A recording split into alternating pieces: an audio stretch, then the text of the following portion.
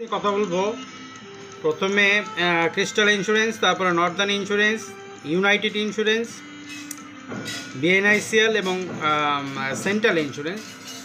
প্রথমে আমি crystal insurance নিয়ে বলবো। ক্রিস্টাল ইন্স্যুরেন্সটাতে আপনারা দেখতে পাচ্ছেন যে ইউটার্নে যাচ্ছে। এই ইন্স্যুরেন্সটা আগামী 28 তারিখে ডিভিডেন্ড ইপিএস ঘোষণা করবে, যদিও তার গত বছর ইপিএস আছে 86 পয়সা, second quarter. First quarter EPS দিয়েছে 94 পয়সা। যেহেতু ইন্স্যুরেন্স একটা বড় র্যালি হওয়ার কথা, সেক্ষেত্রে এই ক্রিস্টালটা চোখে রাখা যায়। ক্রিস্টাল ইন্স্যুরেন্সটা একসময় 92 টাকা 20 পয়সা ছিল, এখন এই শেয়ারটা 46 টাকা 40 পয়সা ঘোরাঘুরি করতেছে। আশা করি এখান থেকে গুটটা নেবে। এরপর আমি নর্দার্ন ইন্স্যুরেন্সে যাব। নর্দার্ন ইন্স্যুরেন্সটা ইউটার্নে গেছে মাত্র। গতকালকে 30 টাকা ক্লোজ দিছে। আপনারা দেখেছেন যে গতকালকে 30 টাকা ক্লোজ দিছে। এই শেয়ারটা একটু ভালো শেয়ার। এই শেয়ারটা ড্রাই হয়ে আছে, যেহেতু শেয়ারটার ভলিউম কম। গতকালকে শুধু 60,000 শেয়ার ভলিউম হয়েছে, এর আগে 10,000 12,000 শেয়ার ভলিউম হতো। শেয়ার ইপিএস ভালো। ফার্স্ট কোয়ার্টার দিছে 65 পয়সা, সেকেন্ড কোয়ার্টার 28 তারিখে দিবে। গত বছর দিছে 35 পয়সা।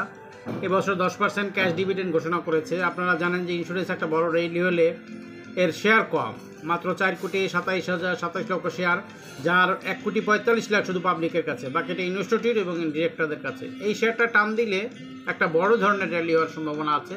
অতএব আপনারা শেয়ারটা যাদের আছে তারা অপেক্ষা করতে পারেন। এরপর আমি সেন্ট্রাল ইন্স্যুরেন্স সম্বন্ধে বলবো। সেন্ট্রাল ইন্স্যুরেন্স আরও একবার আমি ভিডিওতে বলছিলাম যে সেন্ট্রাল ইন্স্যুরেন্সগুলো বাড়লে সেন্ট্রাল ইন্স্যুরেন্সটা বাড়বে। আশা করি সেন্ট্রাল ইন্স্যুরেন্স ভালোই পয়সা দিতেছে, আরও পয়সা দিবে।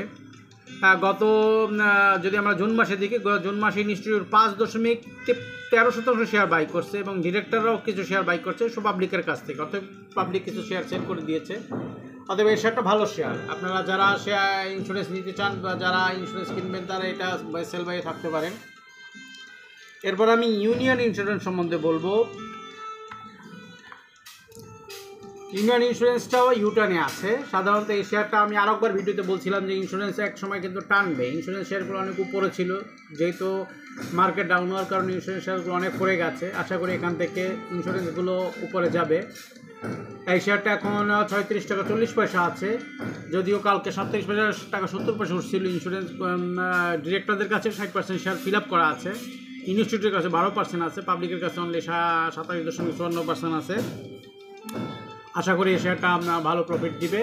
এরপর আমি আরেকটা শেয়ারের সম্বন্ধে বলবো, সেটা হলো বিএনআইসিএল। বিএনআইসিএলটা হলো Bangladesh national insurance company limited. এই শেয়ারটাও কিন্তু ভালো শেয়ার। 60% শেয়ার অলরেডি হোল্ডিং আছে, ডিরেক্টরদের কাছে আছে, ইনস্টিটিউটের কাছে 8.71% আছে, পাবলিকের কাছে 35% শেয়ার রয়েছে। এই শেয়ারটা 20% ক্যাশ ডিভিডেন্ড ঘোষণা করেছিল এবং অলরেডি ডিসপাস করে দিয়েছে। গত কার্য দিবসে তারা শেয়ারটা ক্যাশ ডিভিডেন্ড ডিসপাস করে দিয়েছে। শেয়ারটা 41 টাকা 40 পয়সা আছে। যাদের এই শেয়ারটা আছে তারা চাইলে আরও বাই করে অ্যাডজাস্ট করতে পারেন। শেয়ার যেহেতু এখন শেয়ার ভবিষ্যৎ ভালো, ভবিষ্যৎ ভালো, সেক্ষেত্রে এখন আশা করা যায় শেয়ারগুলো উপরের দিকে যাবে এবং এখান থেকে একটা ভালো প্রফিট দেবে। যাদের এই শেয়ারটা আছে তারা এটা সেল বাইতে থাকবেন। এরপর আমি সেন্ট্রাল ইন্স্যুরেন্স সম্বন্ধে বলে ফেলেছি অলরেডি আগেই। আশা করি আপনাদের এই শেয়ারগুলো যদি আপনারা কেনা বেচা করেন তাহলে এখান থেকে অনেকটা ভালো প্রফিট পাবেন।